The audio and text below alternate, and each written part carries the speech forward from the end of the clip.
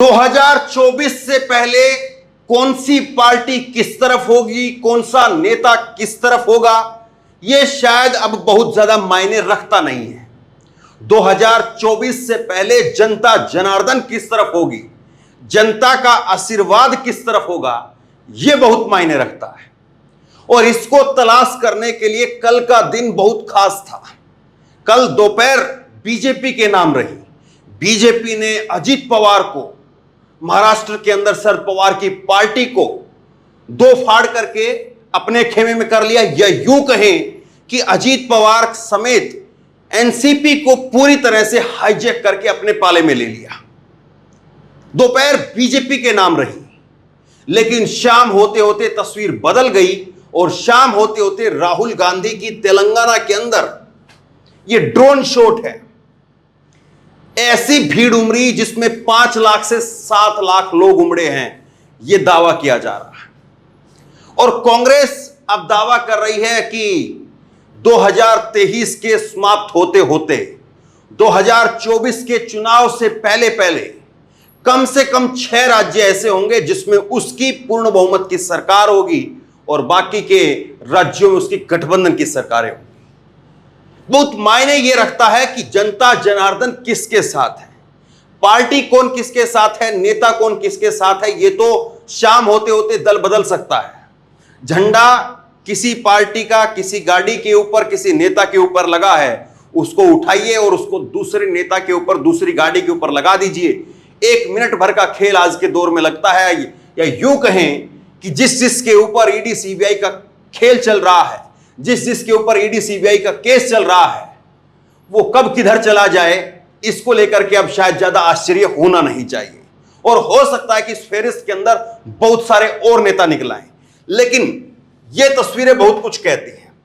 ये तस्वीरें जो है वो अपने आप में बहुत कुछ कहती हैं। और जरा देखिए किस तरह की भीड़ यहां पर राहुल गांधी के लिए, राहुल गांधी की एक समुंदर सा दिख रहा है। पूरा ड्रोन शॉट है ये, जहां पर एक और अमित शाह रैली करते हैं, नरेंद्र मोदी रैली करते हैं, 9 साल की उपलब्धियां बताते हैं, तो वहां पर कितनी भीड़ होती है। क्लोज करके 4 कुर्सियों को कैमरे में कैप्चर किया जाता है। और यहां देखिए ड्रोन शॉट है, और ड्रोन शॉट जो है वो दिखा रहा है कि कितनी जबरदस्त भीड़, कैसा भारी जो है वो लोगों का समुंदर उमड़ पड़ा है।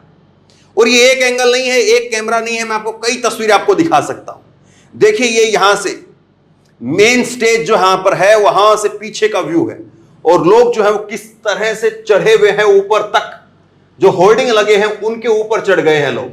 ये तस्वीरें इस बात की गवाह है। और यहां पर आप देखिए राहुल गांधी जब पहुंचते हैं तो किस जोर शोर के साथ में, किस जोर शोर के साथ में उनका स्वागत किया जाता है राहुल गांधी का। और राहुल भी अब शायद कनेक्ट कर पा रहे हैं। ये झंडा देखिए, ये जो कांग्रेस का झंडा, ये आगे किसी कार्यकर्ता से मांगते हैं, ये झंडा लिया और एक आम नेता की तरह से, आम नेता की तरह से उस झंडे को, कांग्रेस के झंडे को अपने हाथ में लेकर के गाड़ी के ऊपर, और हाथ पूरा तना हुआ है, और उसको लेकर के राहुल गांधी आगे बढ़ जाते हैं। ये उस वक्त की तस्वीर है जब राहुल गांधी पहुंचे थे, उस वक्त की तस्वीर है। और अब जरा मैं आपको एक तस्वीर और दिखाता हूं। अब एक तस्वीर आप और देखिए, और इस तस्वीर के जरिए भी समझिए कि किस तरह से राहुल गांधी जो है उनका जलवा देखने को मिल रहा है महाराष्ट्र के अंदर। यह बड़ा इंपॉर्टेंट है। यह तस्वीर आप देखिए, लोगों का सैलाब, लोगों का समुंदर, एक तरह से जबरदस्त भीड़ है, जबरदस्त। इसको आप क्या कहेंगे, इस रैली को किस तरह से काउंट करेंगे। और दूसरी बड़ी बात यह है कि राहुल गांधी के लिए अब पीएम पीएम के नारे जो है वो लग रहे हैं। अब आएंगे महाराष्ट्र के ऊपर भी। संजय राउत का ये ट्वीट जो है बहुत खास है, और संजय राउत का ये ट्वीट जो है बहुत कुछ कहता है। संजय राउत इसमें कहते हैं कि ये तो कभी ना कभी होना ही था।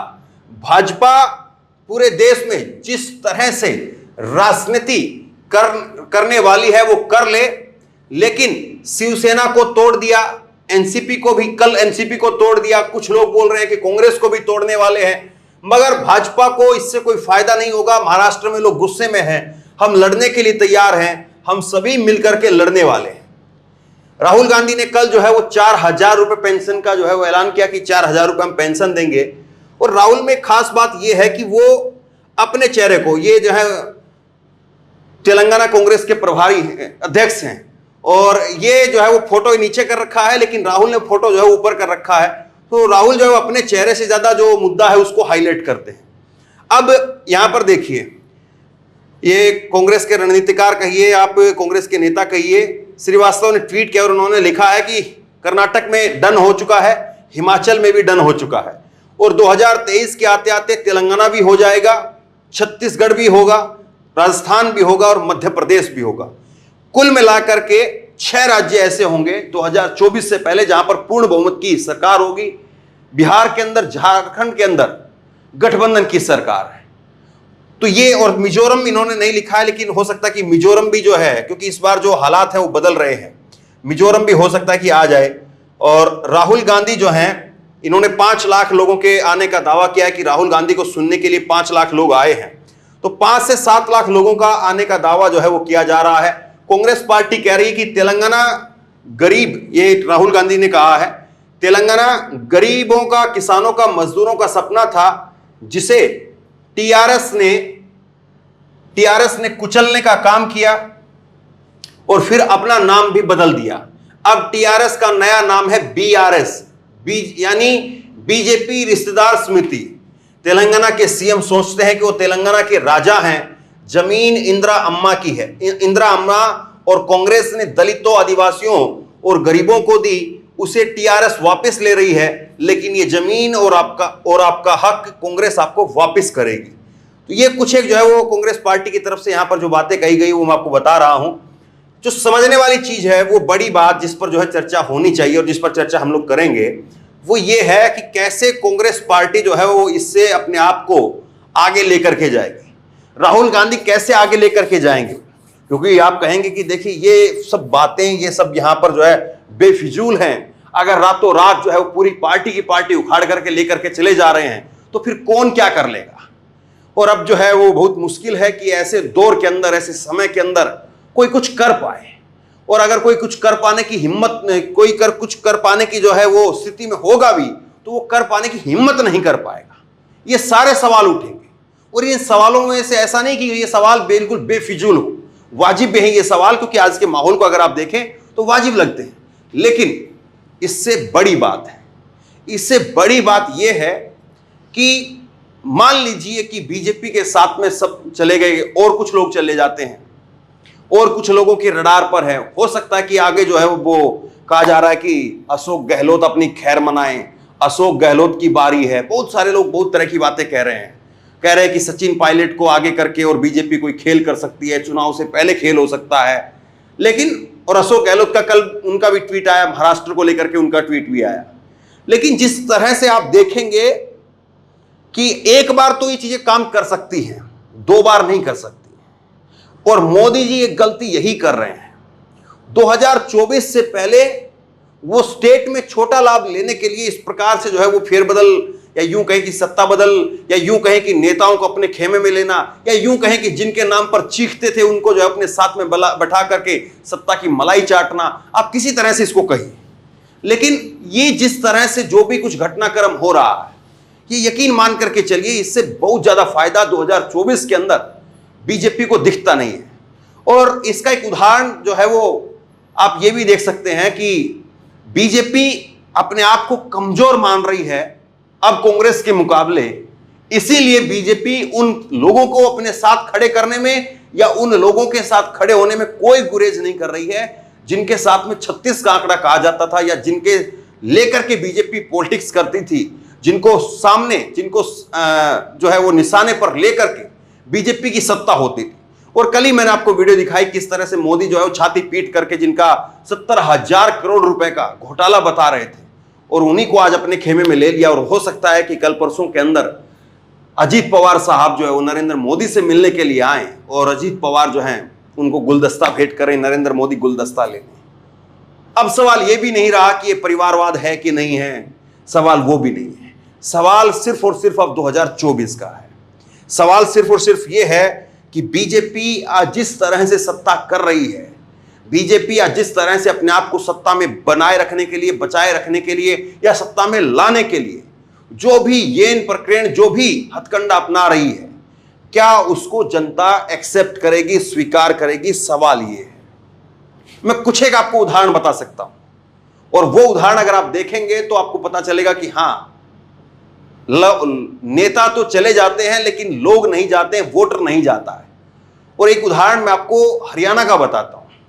हरियाणा में दुष्यंत चौटाला बीजेपी को जमना पार करने की बात कह करके जो सत्ता में आए, लेकिन जब चुनाव हुआ, चुनाव के बाद में इस तरह से समीकरण बने कि बीजेपी सरकार बनाने की स्थिति में थी नहीं, कांग्रेस सरकार बना पाए उस स्थिति में कांग्रेस भी नहीं।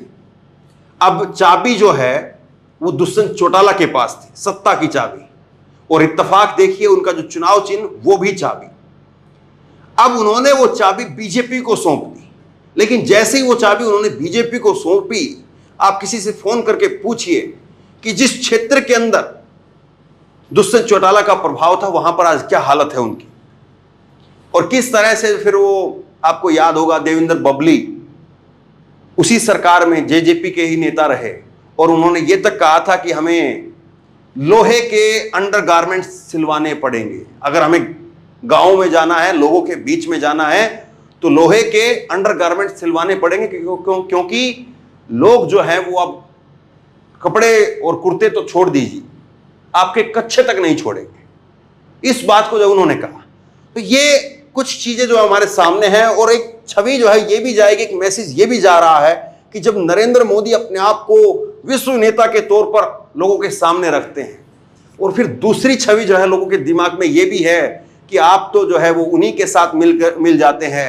आप उन्हीं के साथ सत्ता में चले जाते हैं जिनको आप पानी पी पी करके जो है कोसते हैं, पानी पी पी करके लिए उनके लिए शब्द बोलते हैं, आप उन्हीं के साथ जाकर के खड़े हो जाते हैं, तो फिर जो है वो चीजें वहां पर वो भी कही जाएंगी। तो बहरहाल 2024 के लिए बहुत मायने नहीं रखता है कि अजीत पवार किस खेमे में है, बहुत मायने यह भी नहीं रखता है कि कौन सी पार्टी किसके साथ लड़ेगी, बहुत मायने यह रखता है कि कौन किसके साथ जाएगा, जनता किसके साथ जाएगी, बहुत मायने ये है।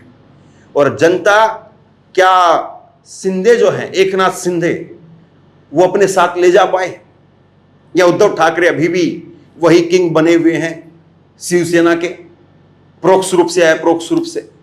और आज अजीत पवार जो हैं, क्या वो अपने साथ में एनसीपी का कैडर ले जा पाएंगे? और महाराष्ट्र की राजनीति की असली तस्वीर अभी बाकी है, मैं आपको आगे दिखाऊंगा।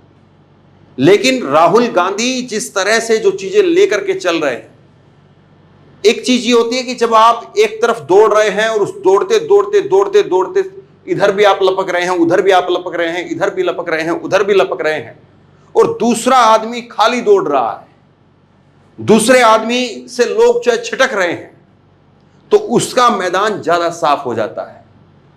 उसके दामन के ऊपर जो दाग थे भी या हैं भी, वो फिर जो है छिटकने लगते हैं, लोगों की सिंपैथी उसके साथ खड़ी हो जाती है। और जो आदमी इधर दौड़ रहा है दूसरी रेस के अंदर, दूसरी लाइन के अंदर, दूसरी रेखा पर, और जो आदमी इधर से भी मदद ले रहा है, उधर से भी मदद ले रहा है, धीरे धीरे, और वो आदमी 10 साल से सत्ता में भी है, एक एंटी इनकम्बेंसी फैक्टर भी हर चुनाव में होता है। तो सोचिए फिर ये कितना मायने रखता है। और राहुल गांधी के साथ में जो भीड़ उमड़ रही है, और राहुल गांधी जिस तरह से अपने आप को जो है वो कनेक्ट करके लोगों के साथ में दिखा रहे हैं, और ये वो तेलंगाना का क्षेत्र है जहां पर ये भीड़ उमड़ी है, यहां पर मत भूलिए राहुल गांधी भारत यात्रा के दौरान पैदल चले हैं, और अगर इसी तरह से एक बार पैदल असम से लेकर के गुजरात, अरुणाचल प्रदेश से लेकर के गुजरात तक नाप दिया, तो फिर क्या हालत होगी, सोचिए जरूर। शेयर करिए इस खबर को। 2024 के लिए आप क्या मानते हैं, किसका किधर जाना वो महत्वपूर्ण है, या जनता किसके साथ है वो महत्वपूर्ण है? और क्या लग रहा है, क्या राहुल गांधी के साथ में जो भीड़ है यहां पर, राहुल गांधी के साथ में जो यहां पर लोग हैं, राहुल गांधी की यहां पर जो लोगों की एक आंधी सी दिखाई दे रही है, क्या 2024 में नरेंद्र मोदी को उनकी सत्ता से उखाड़ पाने में कामयाब होगी? या लग रहा है कि नहीं, नरेंद्र मोदी जो है वो बरगद बन चुके हैं, उनकी जड़ें नीचे तक जा चुकी हैं, और दूसरे लोगों को चुंबक की तरह से खींच रहे हैं। वो बात अलग है कि उसमें किसका कितना जो है वो रोल है, अब मुमकिन नहीं है।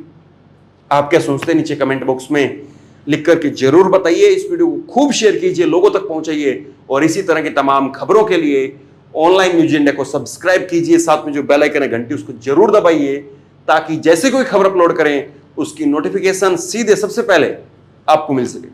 धन्यवाद।